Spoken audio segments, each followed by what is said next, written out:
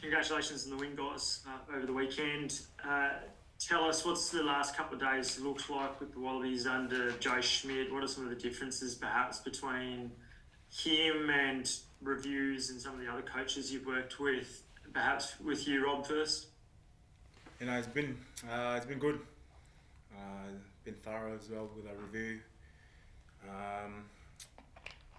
I guess a lot different from last year with reviewing that.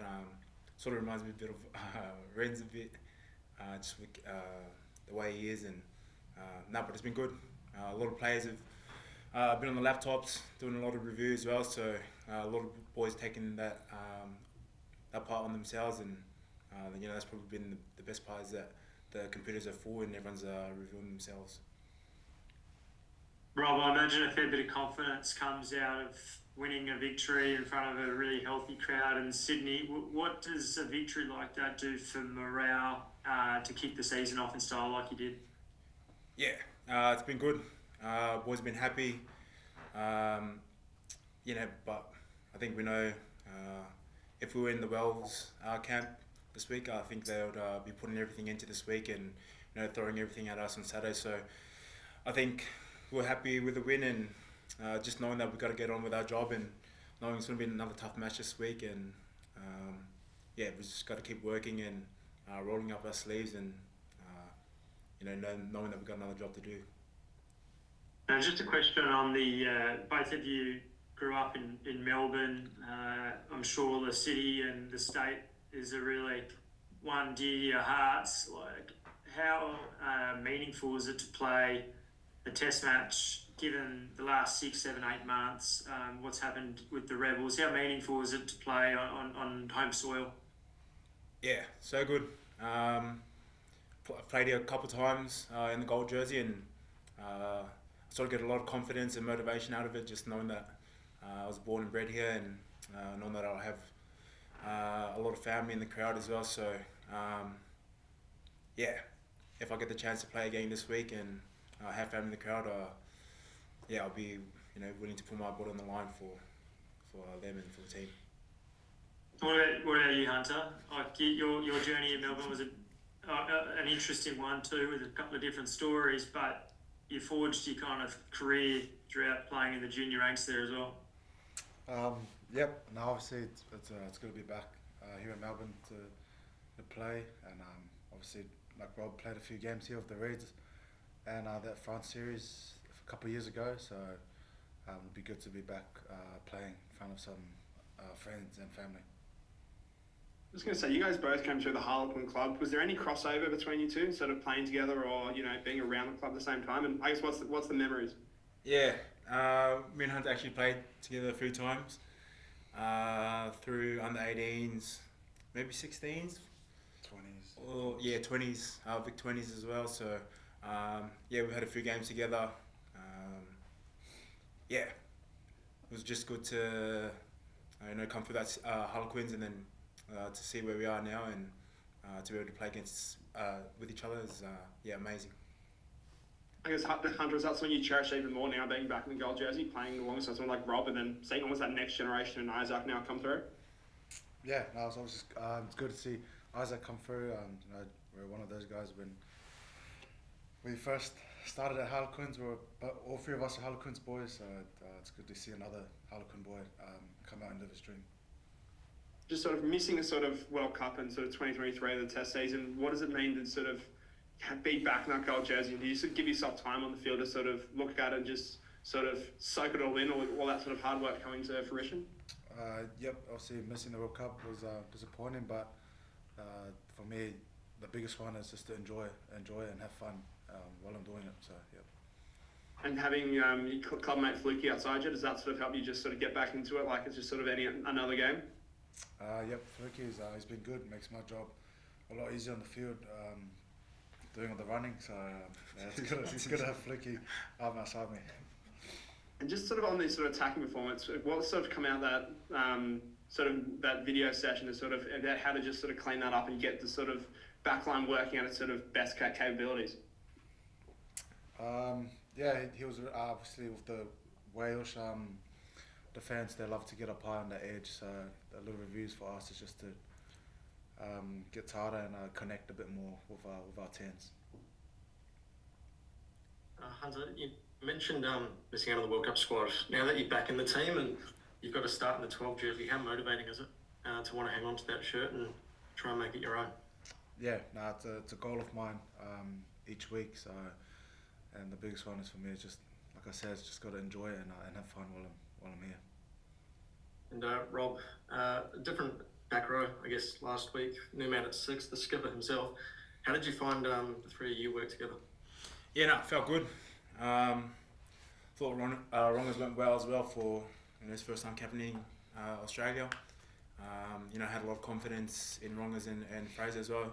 Obviously coming through, playing under 20s with him and playing a few seasons with him as well in the gold jerseys. So, just had a lot of confidence in both of them and just knowing that they were going to do their job as well. So, sort of made my job easier. It felt good out there. With Rongers in particular, actually, describe him as a captain because he had 6 of them last year. How does he compare, and I guess what else does he bring special to the group as a leader? Yeah, I feel like he's a natural leader. He leads through his actions as well, not just his words, which is always good for the boys as well. It's sort of easier to follow someone when they're doing that. But yeah, he's calm as well, which is something I like about him out on the field. I know if I listen to him and someone that's calm, it sort of calms me down as well in those tight moments towards the end there. So it was good to have him out there. Now that you've got that win finally, to break that streak, describe the confidence levels, I guess, for the group to try and build off that. Does a win almost add pressure when you come into a second test of a series, or does it give you confidence that you can push on? Yeah, I sort of think back to old Wallabies teams. We haven't won back-to-back games that many times the past few years. So I think it's all about just knowing that we've got another job to do. Sort of moving on from the weekend and training this week. But yeah, a lot of confidence in the group. Knowing this is our third week together and knowing that we can put a performance out like that on Saturday. A lot of confidence within the group and knowing that we can still build. Cheers, boys.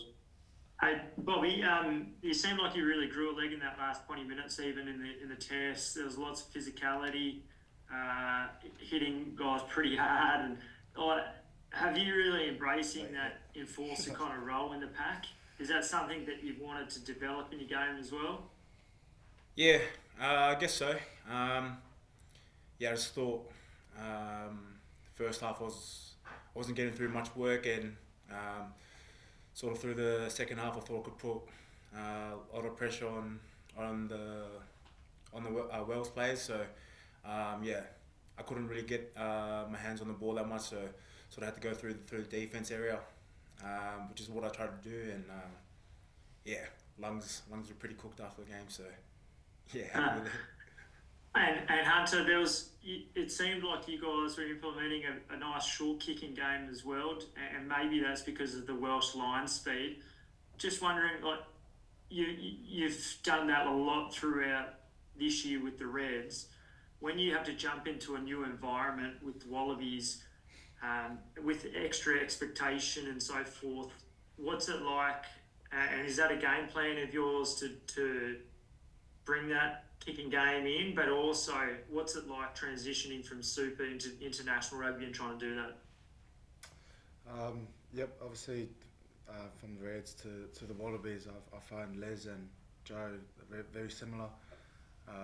Joe loves his little cross kicks, and you can see he passed it on to Ireland and the Kiwis as well, so he just wants the ball to get there ASAP. So that was part of our game plan, but again, we've got to pick the right moments when to do that. So yeah, and when you've been out of the environment for a while, how do you kind of feel in terms of the pressure and being able to handle that? And then, everyone's judged so much on every move, but it's not necessarily easy when it's your first test in 18 months. What's it like being able to handle that expectation and delivering and focusing in on the moment? that comes down to my prep.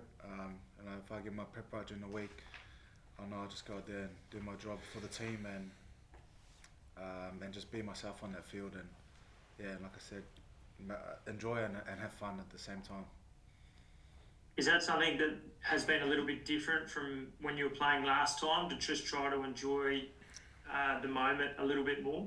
Yeah, for sure. Obviously, this is the year that I've enjoyed my footy most, and that comes down to the way that Les and his crew down at Ballymore's brought into our environment. Last couple online, if there's anything else, guys. Yeah, just one more for Rob actually. Rob, I think you kind of alluded to it before, but Wales coming off a loss, what that can do to a group, you know, that hunger to fight back. Considering they're on a pretty decent streak at the moment of defeats, do you think that just compounds and builds up? And I guess as a result, you expect a bit of a force on Saturday? Yeah, definitely. I think they've come all the way from the other side of the world, and I think they would be willing to try to get one up on us. And I think if I was in the Wales camp or anything like that, I think I'd be putting everything into this week, knowing that it's our last test against the Wallabies or whatnot, and then just throwing everything at us. So but we're preparing for that. We know they're going to come hard, and we know that they'll be better off from the weekend. So we're just preparing for a really tough and physical Welsh team, and we're just expecting that. Anything in the room, guys, for Rob or Hunter? Just one for me, Rob. You had a good battle against Aaron Wainwright on the weekend. He's an important part to play for Wales. Just how important is he? Yeah, he's important for them. Obviously, on the weekend, you got them on the front foot there a couple of times. So, we've done a review on him as well. So, we'll be looking to get at him earlier and stop him early as well. Because once he gets full head of steam, it's pretty hard to stop. So, he's a key player for them. Rob, Australia did a pretty good job of disrupting Wales's lineouts. What was the sort of message from Jeff coming into that test? Yeah, exactly that. Just get up, get some air pressure. Try to force some turnovers there as well. So, all of that's from Jeff as well, but also on the players as well, backing each other to get up in the air there and just disrupt some balls there. So that was good. And Hunter, how did you find the midfield battle on Saturday? You're going up against a guy who hasn't worn a 12 jersey all that much, to be honest, Mason Grady.